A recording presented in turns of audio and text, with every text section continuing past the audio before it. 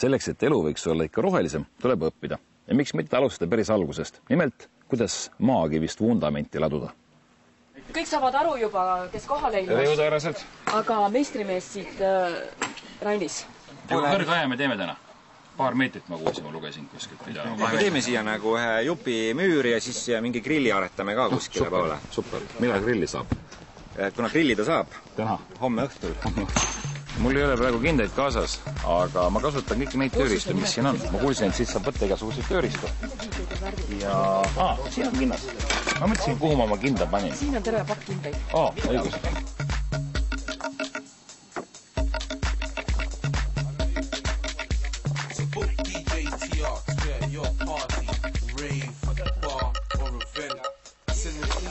Kust selline idee üldse teha maakivist ehitise kursuseid? Kivid, nii palju kui ma mäletan, on mulle lapsepõlvest saadik tegelikult juba huvi pakkunud ja kui me siis 6 aastat tagasi omale maakodu soetasime, oli seal kive. Mulle tundus, et sinna sobib väga maakivist mingisugune ehitismüür. Teadmisi ei olnud, hakkasin internetist otsima ja siis tuligi mõte, et vaja teistele ka õpetada. Saab ise targemaks ja saab teisi aidata. Täiesti praktiline vajadus oli selleks. Alati kõik inimese tegevused lähtuvad praktilistest vajadustest. Hämmastav. Kas oli lihtne leida keegi meistrimees, kes õpetab siis, kuidas maakivist asju ehitada? Ei olnud tegelikult.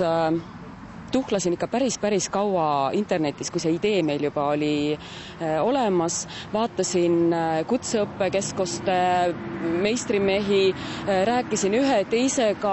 Jah, ma olen ikka midagi teinud, aga ei, õpetamisest ikka ei tule midagi välja nii ja naapidi.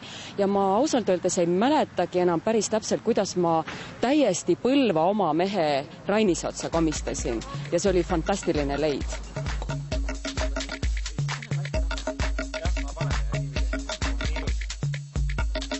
Põhitegevus on nagu potsepatöödeks, et siis tuli hakata tegema kaminaid ja asju telliti maakividest ja siis nii ribiradu tasapisi sai hakatud. Aga kus potsepatöö pihta hakkas? Koolist. Kunagi oli kool Vene ajal. 19. kutse keskkoolist oli Tallinnas, kus õpetati potsepi. Ja siis sai seal õpitud 1 aasta ja siis nii ta pihta hakkas. Aga miks just potsepaks? Kas oli väiksest peale huvi ladumise, ehitamise vastu? Ei, no mulle meeldis plotsidega mängida, aga siis plotsid tulid suuremad ja raha kanti, no mis sa veel tahad siis sellest. Et selle pärast hakkasin.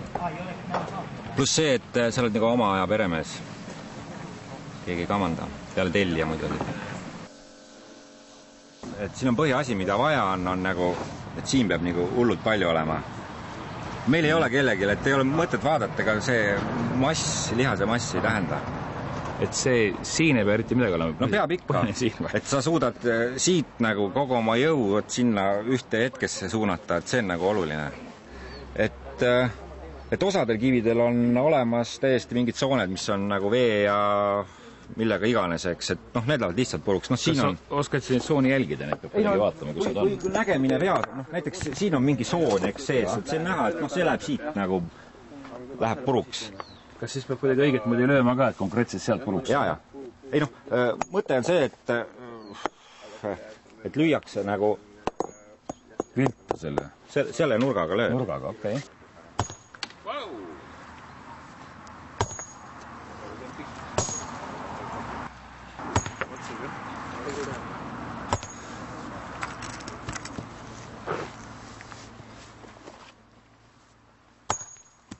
Ja sa arvasid ka, et ta niimoodi läheb umbes? No nii ma tahtsin. Aga see oli küll päris vaevarikas. Ja rikosheerus ka tükke. Jah. Eelmine aasta ma ikkagi koos meestega lõhkusin kive, panin seina. Sa lõhkusid kive? Jah. Selle suure haamriga? Jah. Said pooleks kivid? Sain. Mitte küll nii suuri kivi. Tõstsid seina? Tõstsin. Mitte nii suuri kive nagu Rainis tõstab, aga natuke väiksemaid. Noored ütlevad tänapäeval, teismed ütlevad selle kohta respekt. Tänapäeval. Kui huvi on, saab kõigega hakkama.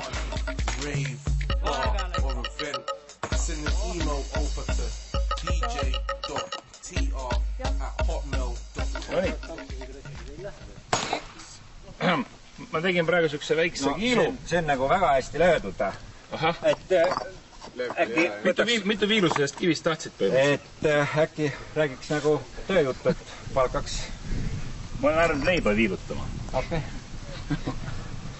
No pane siit saab veel. Viis viilu. Läks nagu vale koha peale küll, aga väga hästi. Aga kui tavakodanik tahab omale kivist, kas või selle grilli ehitada, kivi ja kus tema saab kivi?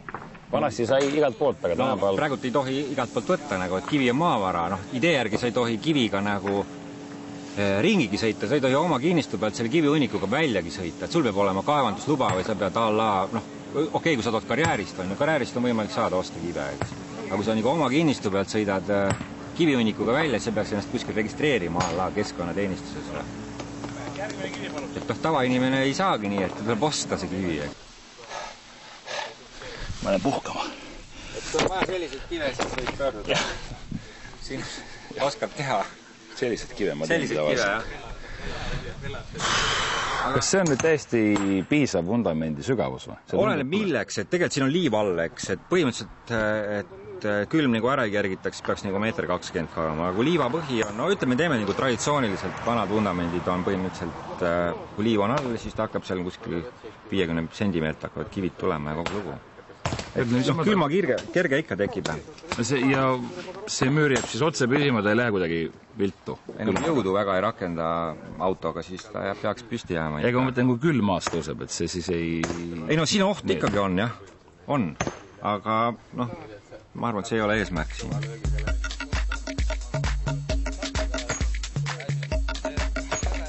Kas nendele kursantidele saab 2 päeva jooksul täiesti selgeks, kuidas see ehitis rajada? No see, mida me praegult teeme, ma arvan küll, et sellel nad teevad kodus endal ära.